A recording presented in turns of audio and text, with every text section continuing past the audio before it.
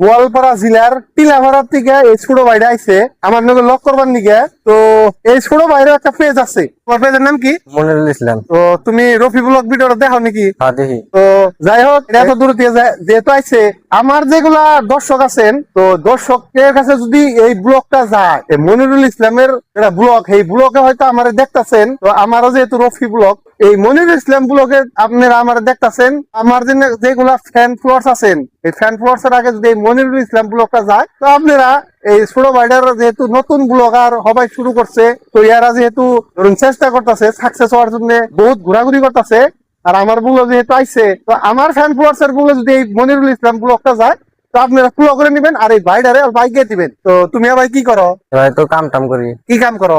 রাজমিস্ত্রি কাম। যেমন একটা রাজমিস্ত্রি কাম করার পরেও এই ব্লগ লাইভে, তার মানে সোশ্যাল মিডিয়া লাইভে বা ফেসবুক লাইভে সিলেক্ট আইছে। যাই হোক, ভালো করে করবা।